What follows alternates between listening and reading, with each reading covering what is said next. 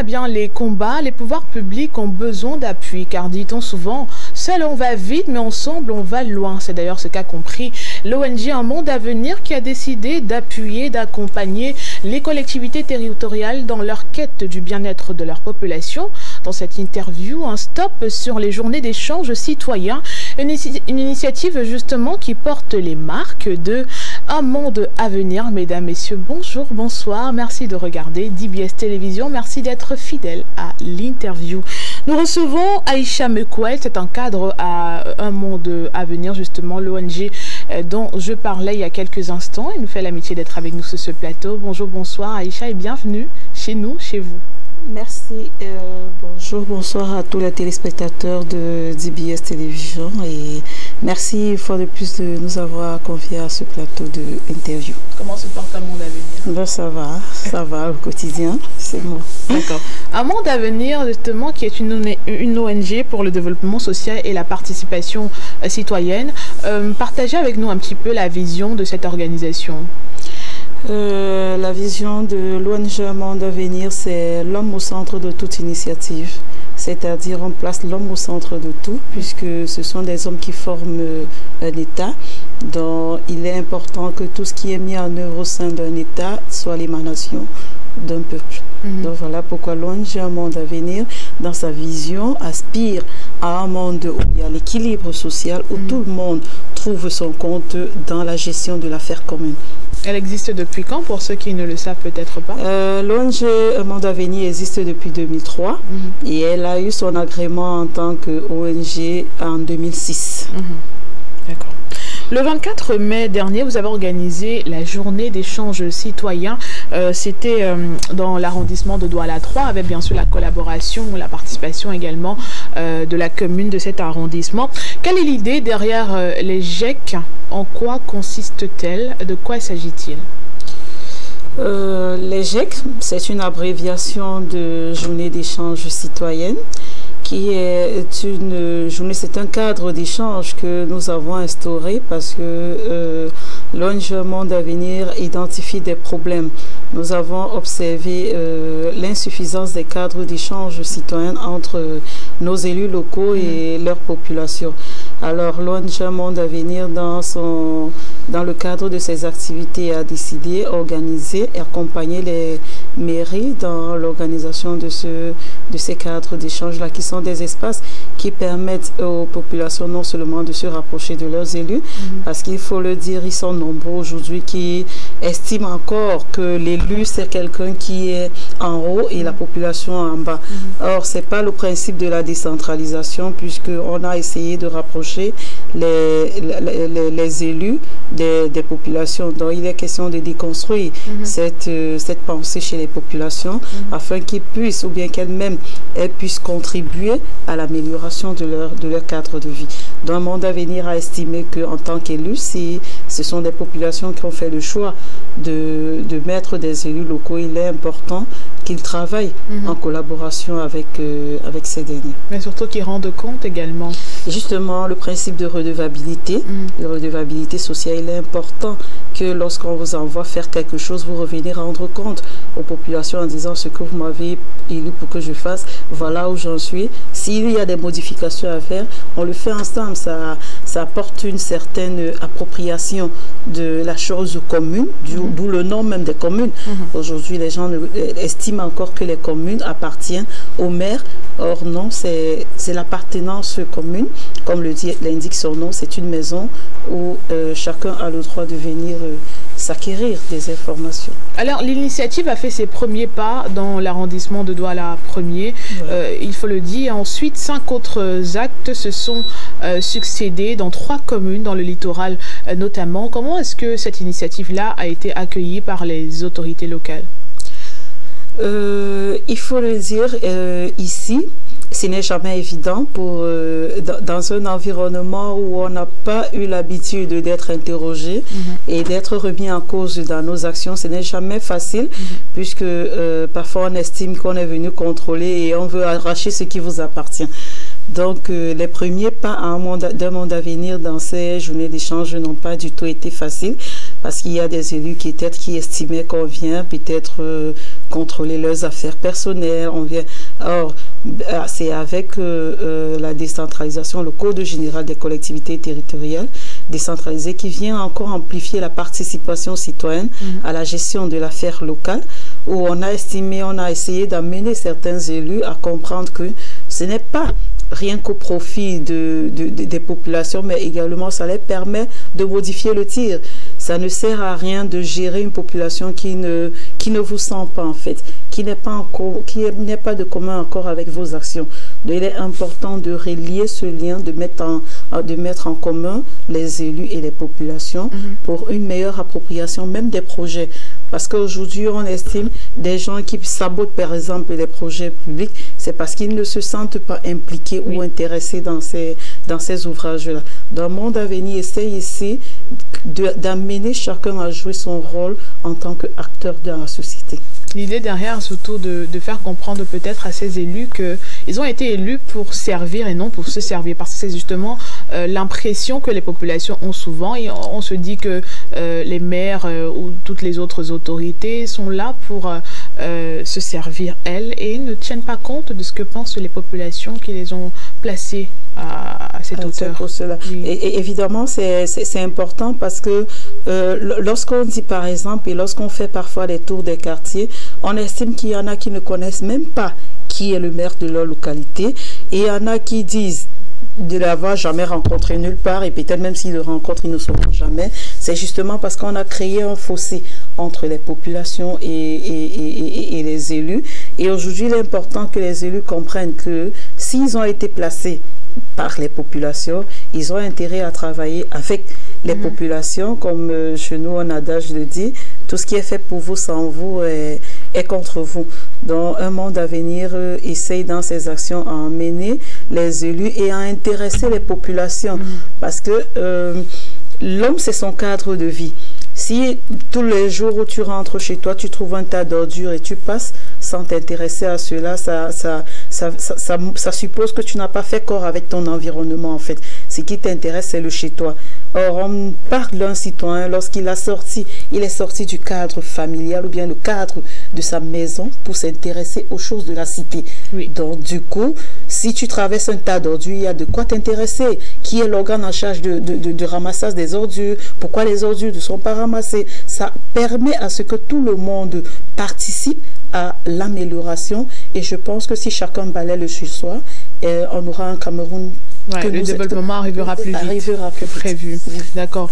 Il faut dire que nous sommes à la 6e édition des GEC donc, et cette 6e édition qui s'est déroulée à Douala 3, je l'ai dit, a été précédée de 5 autres.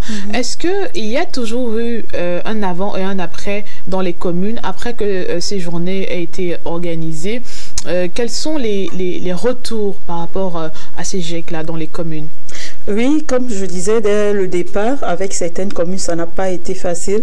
Mais aujourd'hui, je pense que certains s'approprient déjà cela et en demandent même davantage parce qu'ils estiment que c'est un espace qui leur permet également d'informer leur population, de faire part des difficultés à leur population parce que généralement, les populations restent à distance et estiment que le maire n'a pas fait ci, n'a pas fait ça, et avec de bonnes raisons, juste parce qu'ils n'ont pas été informés des difficultés. Par exemple, dont le maire fait face dans la mise en œuvre de ces activités. Donc, ce genre de cadre permet de reconforter et d'associer les populations aux difficultés dont font face les maires dans l'exercice de leur fonction. Cela permet également le contrôle citoyen. Aujourd'hui, un monde à venir, nous sommes en train d'intéresser les populations à faire un suivi citoyen parce que dans nos quartiers, nous avons des maçons, nous avons chacun qui est qualifié dans un domaine. Si la mairie veut placer par exemple des salles de classe et que la qualité du matériel utilisé n'est pas bonne, c'est un projet qui est bien pour le quartier, mais qui ne sera pas durable parce que lorsqu'on a fait un mauvais œuvre ou bien un mauvais ouvrage, ça ne va pas durer. Et s'il y avait réellement besoin un besoin des salles de classe, on n'aura pas pour 2 ans sans que cette école ne s'écroule. Donc du coup, nous amenons les populations aujourd'hui à s'intéresser. Qu'est-ce qui est fait si vous passez qu'il y a une rigole qui est en train d'être creusée? Est-ce que c'est l'œuvre d'un particulier? Est-ce que c'est l'œuvre du maire? Si c'est l'œuvre du maire, quel est le cahier de charge pour que nous puissions contrôler ensemble si, selon le cahier de charge du maître d'œuvre, l'action est réalisée pareil? Ça permet à ce que nous tous, même si le maire n'est pas quelque part, il a les citoyens qui veillent à la bonne mise en œuvre des projets qui sont réalisés pour eux. Justement, bien réaliser un projet permet également de faire des économies, parce que si on fait mal, on sera obligé de faire plusieurs fois, et donc peuvent s'en suivre même des détournements de fonds dont se plaignent les populations. On va parler des populations, on a parlé des retours par rapport aux communes, les maires qui accueillent plutôt bien, ou du moins c'est relatif, hein, parce que dans certaines communes, les portes vous sont encore fermées, mais il y en a quand même d'autres, notamment dans le littoral. On parle de 3 sur 5 qui vous ont déjà ouvert leurs portes. Concernant les populations, depuis la première édition, entre la première édition et la 6e, est-ce que vous avez l'impression que les populations adoptent davantage l'idée que de leur côté, on peut relever une participation de plus en plus massive des populations à ces assises-là? Oui, justement, parce que ça se voit d'abord dans la prompte participation. Je crois que vous étiez là hier, vous avez eu la salle qui était...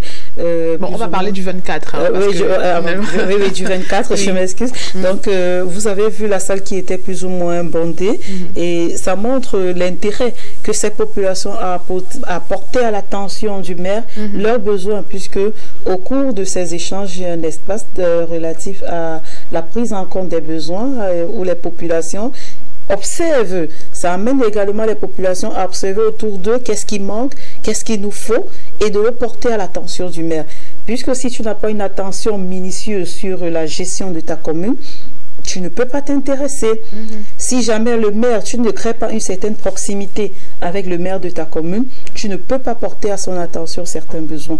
Donc aujourd'hui, les populations accueillent cela très bien. Et cette 6e édition que nous avons fait dans la 3e était relative à l'évaluation.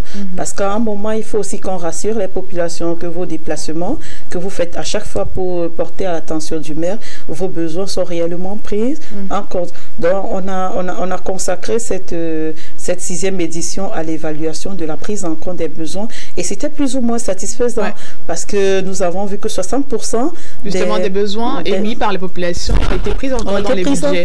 Dans les budgets, et c'était quelque chose de motivant et de rassurant. À chaque fois, ça permet aux populations de leur retour d'observer encore autour d'eux qu'est-ce que nous devons faire et de travailler en collaboration avec la mairie. Je pense que cela relève du bien-être de tous, que ce soit pour le maire dans ses ambitions politiques à se réinvestir ou quoi que ce soit, il a gagné la confiance des populations, que ce soit pour les populations, leurs besoins également ont été pris en compte, et aujourd'hui tout va bon train entre les populations et le maire. Parlons donc de ces 60% des besoins émis par les populations qui ont été intégrés dans le budget de la mairie. Qu'est-ce qu'on peut mettre aujourd'hui à l'actif de la commune de Douala 3? Quelles sont les réalisations dans lesquelles vous avez justement accompagné la mairie et qui peuvent aujourd'hui, comment je veux dire ça, être comptées pour trophée à la mairie de Douala 3? Oui, aujourd'hui à la mairie de Douala 3, nous avons par exemple la fameuse route Mbanga-Pongo, qui était pratiquement inaccessible, et donc les populations avaient du mal à se déplacer. Et nous avons cette route aujourd'hui qui est intégrée dans le budget et les travaux sont en cours. Nous avons également le problème d'insalubrité dans certains quartiers qui aujourd'hui, malgré les difficultés d'accès de l'organe en charge du ramassage d'ordures, nous avons les tricycles. Le maire présentait ça dernièrement, les tricycles qui ont été achetés pour permettre des précollectes, c'est-à-dire qui iront dans ces quartiers-là pour pouvoir ramasser les ordures et les ramener à proximité où l'organe en charge du ramassage des ordures pourra. Nous avons le drainage des routes qui, aujourd'hui, nous avons par exemple cité Berge-Bobongo, qui a été un drain qui a commencé à être curé, mais qui s'est arrêté. Je crois le maire également a donné des raisons, des développements où il est venu avec son expert pour essayer de dire pourquoi est-ce qu'ils ont arrêté parce qu'ils ont estimé que s'ils continuaient, ça ne devait pas résoudre le problème à long terme. Donc actuellement, ils ont pour ambition de faire des lacs artificiels pour que au moins on puisse bénéficier. Parfois, un mal peut être transformé en bien. Tu peux utiliser tes faiblesses pour pouvoir améliorer ou les transformer en force. Donc aujourd'hui, voilà un peu. Et il y a plusieurs des dotations dans des établissements en matière de paquet minimum, les dotations, les forages également en termes de ravitaillement en eau. Par exemple, nous avons des forages. Nous avons la route de Niala également, Château, qui le maire va dans les prochains jours inaugurer un forage de ce côté-là. Et il expliquait que ce sont ces duos travaux qui sont en train de s'effectuer de ce côté où ils ont eu à casser le tuyau qui ravitaille la zone. Donc du coup, de manière, pour le moment, cette zone n'aura pas d'eau, mais il a trouvé des alternatives qui visent à installer certains forages de ce côté. Donc je pense qu'avec le maire de Douala 3e, tout va bon train pour le moment parce que lui-même, ça permet à ce qu'il ait accès à certaines informations dont il n'a pas toujours connaissance puisqu'il a un vaste territoire, il faut le reconnaître. Alors tous ces bons points que vous venez de citer rentrent justement dans les 60% dont on vient de parler, mais permettez-moi quand même de creuser un peu, même si vous n'êtes pas représentante ici sur ce plateau de la mairie. Les 40 autres pourcents, pourquoi qu'est-ce qui n'a pas marché pour que les 40 autres pourcents ne soient pas également réalisés? 60% c'est déjà un bon score, c'est pas mal, mais les 40 autres, qu'est-ce qui n'a pas marché? Pourquoi on n'a pas atteint les 100%? Bien, on n'a pas atteint les 100% parce que il faut comprendre qu'aujourd'hui nous sommes dans l'ère du budget programme, c'est-à-dire on programme un budget pendant 3 ans et ce sont des projets qui ont déjà été mis en amont dans le budget qui doivent être réalisés. Maintenant, les fruits des consultations citoyennes telles que Monde Avenir organise viennent en ajout. C'est-à-dire le maire ne peut pas toujours avoir le financement immédiat par rapport à ses besoins, mais s'il a réussi aujourd'hui à faire intégrer 60% de ses besoins, ça montre l'urgence qu'il lui-même il a compris dans la prise en compte de ses besoins. Les 40 autres pourcents et encore d'autres qui ont été émises le 24 au cours de cette dernière GEC sont des projets à venir et que le maire estime qu'il pourra l'intégrer dans des budgets à venir. Mais pour le moment, on se réjouit de ces 60% parce que je pense que c'est un bon score pour le moment. Même si on demande davantage, il faut déjà le reconnaître. Pour rester justement sur cette 6e édition qui a eu lieu à Douala 3, quelles sont les conclusions au sortir de cette rencontre du 24 mai dernier? Les conclusions au cours de cela, c'est que les projets qui sont promis d'être faits doivent être suivis par les citoyens. Voilà pourquoi on interpelle aujourd'hui que le citoyen, celui qui s'appelle citoyen, se résume à la participation en fait. Quelqu'un ne peut pas se prévaloir citoyen lorsqu'il ne fait rien pour son pays. Il faut que nous apprenions également, avant de critiquer, qu'on ait fait quelque chose. Il faut également qu'on sache qu'est-ce qu'on a porté à l'attention de nos élus et qui n'ont pas été pris en compte. Et cela demande à avoir un regard général dans notre environnement et également à porter de nôtre, puisqu'on parle de développement participatif également. Nous avons eu, par exemple, dans certaines communes où on posait le problème d'éclairage et après conclusion, il a été dit, puisque ce sont des problèmes qui viennent à mi-parcours d'un projet, le maire peut mettre à la disposition des populations des lampadaires, mais que les populations entre elles puissent s'entendre et trouver quelqu'un qui pourra, un maintenancier ou bien quelqu'un qui a des compétences pour pouvoir les hisser. Et je pense que ça relève de cette participation-là. Lorsque nous, au quartier, nous pourrons nous organiser à récupérer des lampadaires et à les poser, on aura moins le courage de saboter, puisque nous connaissons très bien que c'est le fruit de nos efforts que nous avons combinés pour que nous puissions avoir un éclairage public. Même si beaucoup vous répondront que c'est de la charge des autorités de le faire pour ces populations. Nous sommes tous d'accord, c'est de la charge de ces élus-là, mais il faut qu'on puisse également comprendre que dans le cadre, le maire vous dira d'accord, il n'y a pas de problème, je prendrai ça en compte. Vous comprenez un peu. Maintenant, vous n'avez pas peut-être de moyens de pression pour les délais, puisqu'il vous a dit qu'il prendra ça encore. Or, c'est un besoin urgent. L'éclairage public aujourd'hui est à l'origine de plusieurs de l'insécurité dans des quartiers. Et ce sont des populations qui en souffrent. Donc, du coup, je pense que c'est au fur et à mesure que nous allons arriver à ce que les élus puissent complètement prendre en charge leurs responsabilités. Mais pour le moment, chacun doit construire ou bien chacun doit contribuer à sa façon pour le développement de notre quartier. Les prochains GIEC se tiendront où? C'est vrai que là, on est à 3 sur 5 en termes de communes visitées dans le littoral. Est-ce que les autres arrondissements qui n'ont pas encore bénéficié de ces assises-là pourront peut-être dans les prochains jours voir ces assises venir dans leur commune? Oui, les prochains GIEC sont programmés dans les communes d'arrondissement de Douala 4e. Nous aurons également dans la commune de Douala 1er. Nous les avons tenus déjà parce qu'un monde à venir, ces GIEC sont tellement sollicités que nous sommes allés déjà toucher dans le Grand Nord. Nous avons tenu en Gaoundéré 2e une première GIEC qui a été vraiment sollicitée par les populations, et nous appelons encore d'autres élus qui traînent encore à pouvoir s'engager, d'ouvrir les portes à un monde à venir, parce que c'est pas pour un monde à venir qu'on le fait, bien au contraire, c'est pour les populations et ces élus-là. Nous avons tenu ces GIEC à Yabassi, dans le camp. Nous avons tenu ces GIEC à Edea. Nous avons tenu également ces GIEC en Do. Nous avons en Konsamba aussi et à Manjo. Donc voilà aujourd'hui les communes qui accueillent ces journées d'échange citoyens et qui sont plutôt fiers de tenir cela, parce que nous avons également aujourd'hui la paresse de certains élus à pouvoir faire le tour même de leur localité et d'identifier certains besoins. Donc aujourd'hui, et en plus du suivi des investissements issus du BIP, nous avons également le suivi des investissements sous fonds propres. Parce que les mairies ne se résument pas aujourd'hui juste au budget d'investissement public. Ils ont également des projets qui réalisent sous fonds propres. Et parfois, ça se mélange sur le terrain. Et on n'est pas capable de tracer le budget citoyen. Un projet peut être mis sous l'actif de 2 investissements. Et il faut également que les populations aujourd'hui soient aux aguets, soient assez plus participatifs et plus contrôleurs. Je souhaitais ici là lire avec vous un message, parce que nous amenons les populations à pouvoir s'approprier leur quartier.